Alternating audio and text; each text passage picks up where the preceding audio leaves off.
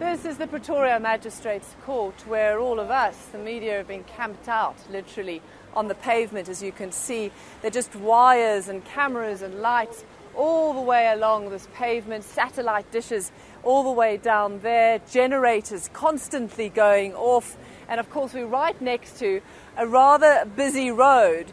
So it's been quite challenging in a way to report live on this story, because there's a lot of physical stuff you're having to deal with. Motorbikes, people popping their horns, someone driving by with their music blaring just as you're going live. You know, that's kind of stuff that you really have to sort of shut out.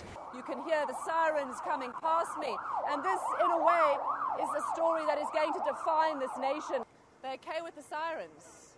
It sounds quite nice. Difficult at times also, because what we have here is a major thoroughfare, so people have been walking up and down, and of course they're curious. I mean, this is something Pretoria hasn't seen in a very long time, and I probably guess never seen this kind of level of media interest. Just about every international broadcaster is here. As for South African media, well, they're here in all shapes and sizes. This is a huge story for the South Africans. Internationally, it's also fascinating for the South Africans to see just what Oscar meant to people outside of this country.